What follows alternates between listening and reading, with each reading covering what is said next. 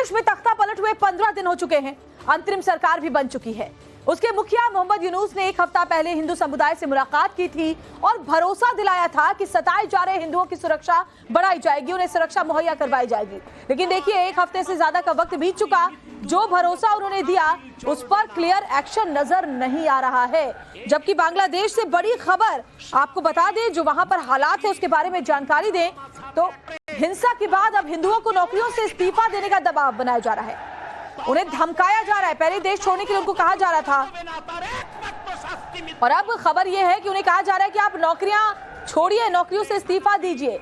अनायतुल्लाह अब्बासी जैसे कट्टरपंथी मौलाना तो खुलकर यूनुस सरकार को यह अल्टीमेटम दे रहे हैं कि बांग्लादेश में इस्लामिक पंथ का ही राज चलेगा, देश हमारे हिसाब से चलेगा। इससे अलग जाने की कोशिश हुई तो फिर खून खराबा तय है।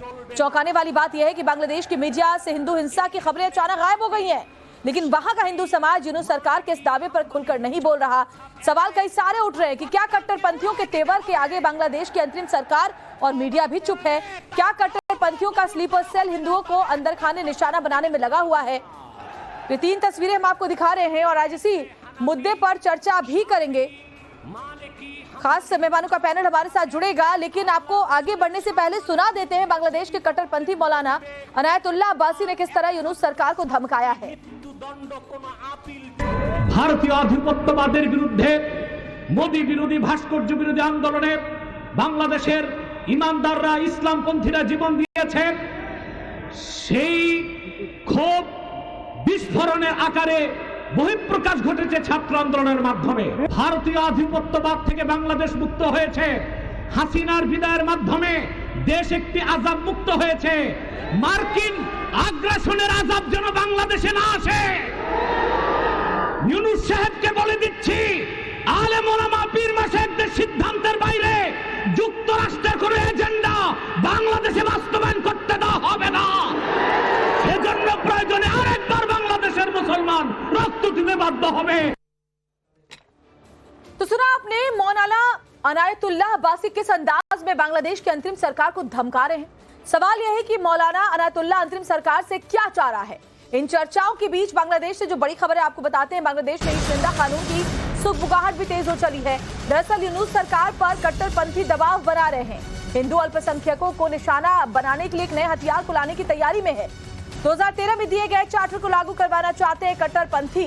बता दें कि शेख हसीना के कार्यकाल में 2013 में बांग्लादेश के कट्टरपंथी गैंग ने तत्कालीन सरकार को एक इस्लामिक चार्टर दिया था और कहा था कि इसे लागू किया जाए, लेकिन शेख हसीना सरकार ने तब उसे ठंडे बस्ते में डाल दिया था। बांग्लादेश में अंदर खाने अब यही खबर है कि कट्टरपंथी यूनुस सरकार पर इसे लागू करने का दबाव बना रहे हैं। तो बड़ी खबर आपको बता रहे हैं, ईश निंदा कानून की सुगबुगाहट है जिसकी आड़ में फिर से अल्पसंख्यकों को निशाना बनाया जा सके। আল্লাহ রাসূলের সম্মানের বিরুদ্ধে যেই বক্তব্য দিবে তার একমাত্র শাস্তি মৃত্যুদণ্ড, কোনো আপিল চলবে না।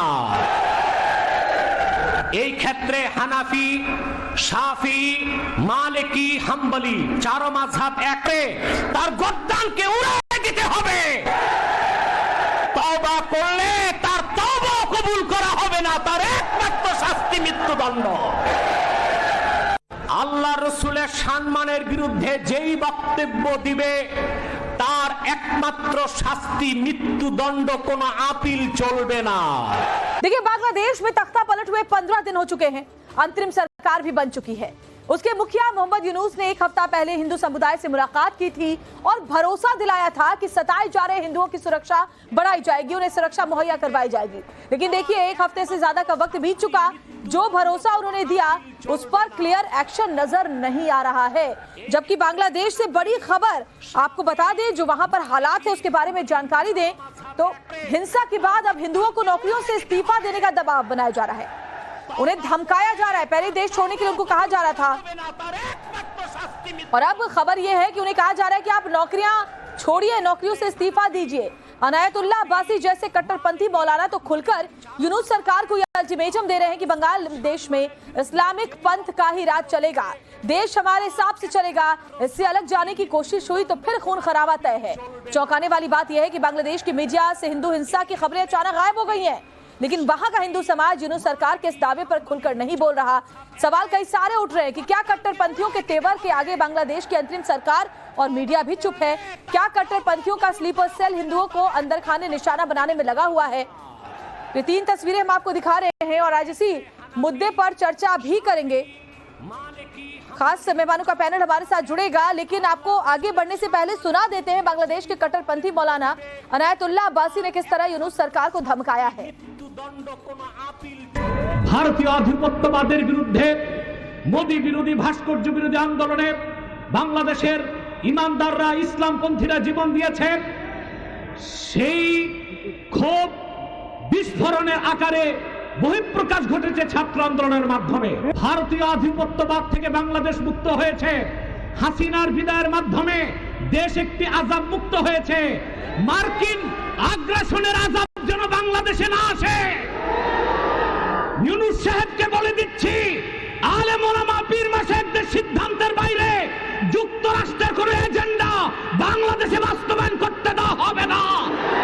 সেজন্য প্রয়োজনে আরেকবার বাংলাদেশের মুসলমান রক্ত দিতে বাধ্য হবে। तो सुना आपने मौलाना अनायतुल्लाह अब्बासी किस अंदाज में बांग्लादेश की अंतरिम सरकार को धमका रहे हैं। सवाल यह है कि मौलाना अनायतुल्लाह अंतरिम सरकार से क्या चाह रहा है। इन चर्चाओं के बीच बांग्लादेश से जो बड़ी खबर है आपको बताते हैं। बांग्लादेश में निंदा कानून की सुगबुगाहट भी तेज हो चली है। दरअसल यूनूस सरकार पर कट्टरपंथी दबाव बना रहे हैं। हिंदू अल्पसंख्यकों को निशाना बनाने के लिए एक नए हथियार को लाने की तैयारी में है। 2013 में दिए गए चार्टर को लागू करवाना चाहते हैं कट्टरपंथी। बता दें कि शेख हसीना के कार्यकाल में 2013 में बांग्लादेश के कट्टरपंथी गैंग ने तत्कालीन सरकार को एक इस्लामिक चार्टर दिया था और कहा था कि इसे लागू किया जाए, लेकिन शेख हसीना सरकार ने तब उसे ठंडे बस्ते में डाल दिया था। बांग्लादेश में अंदर खाने अब यही खबर है कि कट्टरपंथी यूनूस सरकार पर इसे लागू करने का दबाव बना रहे हैं। तो बड़ी खबर आपको बता रहे हैं, ईश निंदा कानून की सुगबुगाहट है जिसकी आड़ में फिर से अल्पसंख्यकों को निशाना बनाया जा सके। আল্লাহ রাসূলের সম্মানের বিরুদ্ধে যেই বক্তব্য দিবে তার একমাত্র শাস্তি মৃত্যুদণ্ড, কোনো আপিল চলবে না।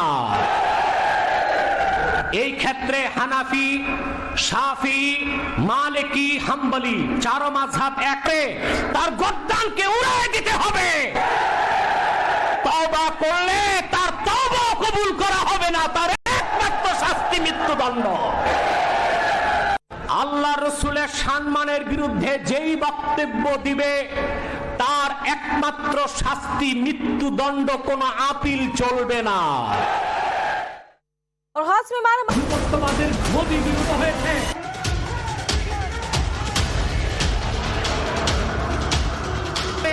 তার গর্দানকে উড়িয়ে দিতে হবে।